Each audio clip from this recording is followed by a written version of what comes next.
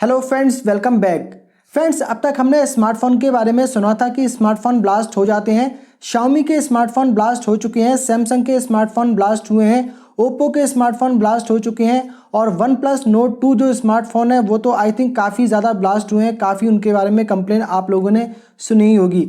लेकिन क्या कभी आपने सुना है कि किसी एलईडी टीवी में ब्लास्ट हुआ हो और उसकी वजह से किसी की डेथ भी हो गई हो? आई थिंक कभी भी आपने ऐसी न्यूज़ नहीं सुनी होगी।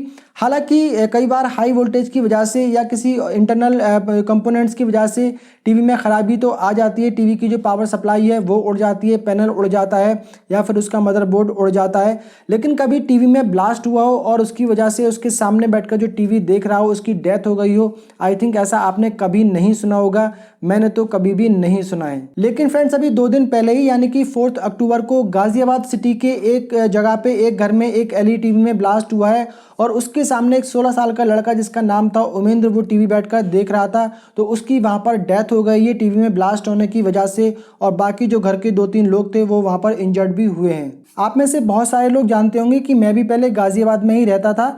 अभी 2-3 महीने से यहाँ पर देहरादून में शिफ्ट हुआ हूँ। तो गाजियाबाद में एक जगह है भोपरा चौक, आप में से बहुत सारे लोग जानते होंगे जो कि गाजियाबाद या फिर दिल्ली में आसपास में उस एरिया में रहते होंगे।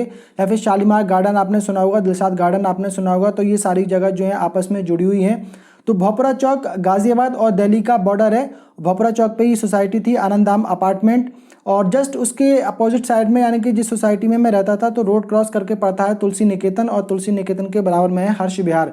यानी कि मेरे घर से करीब 1 किलोमीटर की दूरी पे, जब मैं पहले वहाँ पर रहता था तो वहाँ से करीब 1 किलोमीटर की दूरी पे ही ये हादसा हुआ है। तो हर्ष विहार में रहने वाले एक ऑटो ड्राइवर जिनका नाम है निरंजन, उनके घर में ही वॉल माउंट में एक टीवी था और वॉल पे ही वो हैंग किया हुआ था। तो उसमें ब्लास्ट हुआ और उसके सामने बैठे हुए थे उमेंद्र, जो कि जिनकी उम्र थी 16 साल। वो टीवी देख रहे थे, उनके एक दोस्त टीवी देख रहे थे और उनकी मदर भी टीवी देख रही थी। तो जो उमेंद्र हैं उनकी तो डेथ हो गई वहीं पर ही और जो 2 लोग और थे तो उनकी वहाँ पर वो इंजर्ड हुए हैं, काफ़ी बुरी तरीके से घायल वो बताए गए हैं। तो घर के अंदर, घर के उसमें ये खबर भी आई है, घर के अंदर से ब्लास्ट की आवाज़ सुनकर पड़ोसी बाहर निकल गए। खिड़कियों से धुआं आता देखकर लोग अंदर जाने में सहम गए।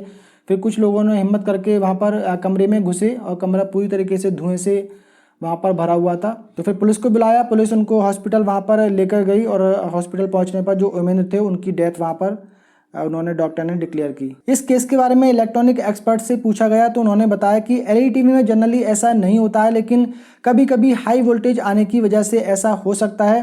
हालांकि उस एरिया में करीब मैं 9 साल रहा, 9 साल में मैंने तो कभी ऐसी प्रॉब्लम नहीं देखी। जब मैं उस एरिया में शिफ्ट हुआ था, पहले मैं दिल्ली में रहता था लक्ष्मी नगर में, वहाँ से वहाँ पर जब मैं शिफ्ट हुआ तो उन्होंने मुझे पता चला था कि कुछ टाइम पहले ही यहाँ पे बहुत ज़्यादा हाई वोल्टेज आए थे। तो कुछ लोगों के कंप्यूटर ख़राब हुए थे, एलईडी टीवी भी ख़राब हुए थे, लेकिन ब्लास्ट उनमें किसी में नहीं हुआ था। और 9 साल में तो कई बार हाई वोल्टेज हुआ, करीब साल में 1 आध बार तो हो ही जाता था, लेकिन इतना ज़्यादा हाई वोल्टेज नहीं होते थे कि किसी भी तरह की प्रॉब्लम उसमें हुई हो। हालांकि मैं सोसाइटी में रहता था, वहाँ पर पूरा पावर बैकअप सिस्टम था और उसमें इतनी सारी कंडीशन लगाई गई थी कि अगर हाई वोल्टेज आएंगे, लो वोल्टेज आएंगे तो पूरा वहाँ जो सिस्टम था वो मैनेज कर लेता था।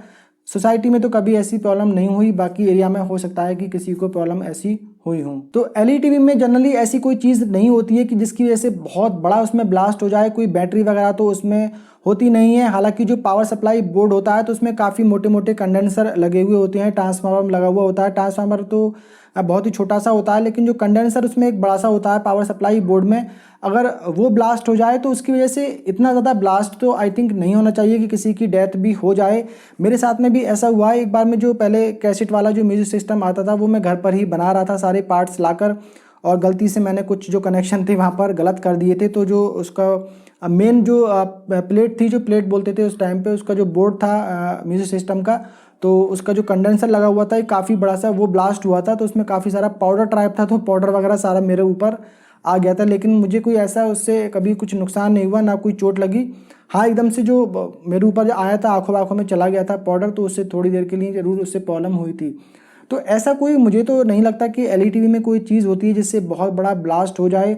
अब एग्जैक्टली वहाँ पर क्या हुआ होगा कह पाना मुश्किल है। अगर मैं वहाँ पर डेफिनेटली होता तो ज़रूर जाता, क्योंकि मेरे घर से जस्ट 1 किलोमीटर की दूरी पे भी हुआ है। 1 किलोमीटर भी आई थिंक की जगह जो है वो नहीं है। अब यहाँ पर एग्जैक्टली क्या हुआ होगा वो यहाँ पर कह पाना मुश्किल है, लेकिन हो सकता है कि हाई वोल्टेज आने की वजह से ऐसी प्रॉब्लम टीवी के अंदर हुई हो और हाई वोल्टेज की वजह से अगर हुई है तो आसपास के एरिया में और भी लोगों के टीवी उस टाइम ऑन होंगे। ऐसा तो नहीं है कि एक ही पर्सन वहाँ पे टीवी देख रहा होगा, काफ़ी बड़ा एरिया है।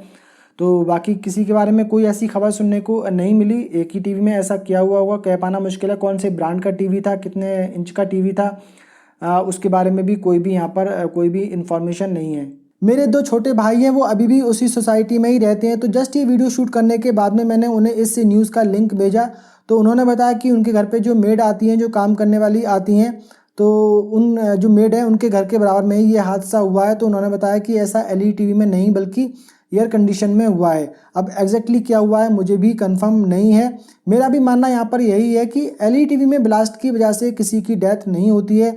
एलईडी टीवी में कई बार हाई वोल्टेज की वजह से जो है जो कंडेंसर उड़ जाते हैं, उसकी वजह से टीवी में आग तो लग जाती है, लेकिन कभी ब्लास्ट नहीं होता है, क्योंकि उसके अंदर कोई बहुत बड़े पार्ट्स नहीं है, कोई ऐसा कंपोनेंट नहीं है जिसमें ब्लास्ट हो और पूरा का पूरा जो टीवी है वो वहाँ पर ब्लास्ट हो जाए। जो एलईडी टीवी हैं बिल्ट इन पावर सप्लाई के साथ में आते हैं, इजीली वो लो वोल्टेज हाई वोल्टेज को कंट्रोल कर लेते हैं। लेकिन हो सकता है कभी कभी लक अगर किसी का ख़राब है तो क्या कह सकते हैं। तो आप सब लोग भी अपने टीवी के साथ में स्टेबलाइज़र लगा कर रखें तो बेटर रहेगा। थोड़ी सी एक्स्ट्रा सेफ्टी आप कर सकते हैं। सर्ज प्रोटेक्टेड जो स्टेबलाइज़र आते हैं वो लगा कर रखें। एक्सटेंशन वगैरह आप अगर यूज़ करते हैं तो वो भी सर्ज प्रोटेक्टेड होना चाहिए। तो थोड़ा सा आप अपने टीवी की सेफ्टी करें और बहुत ज़्यादा टीवी के पास में ना बैठें। हालांकि बहुत ही रेयर केस है, ऐसा होता नहीं है, लेकिन किसी का लक अगर ख़राब हो तो फिर कुछ नहीं कहा जा सकता। तो ये जो पूरी खबर छपी है न्यूज़पेपर में आई है, इसका लिंक मैं डिस्क्रिप्शन में दे रहा हूँ, तो उसे आप वहाँ से रीड कर सकते हैं। इस वीडियो में फ़िलहाल इतना ही, मिलते हैं किसी अगले वीडियो में, तब तक के लिए बाय बाय।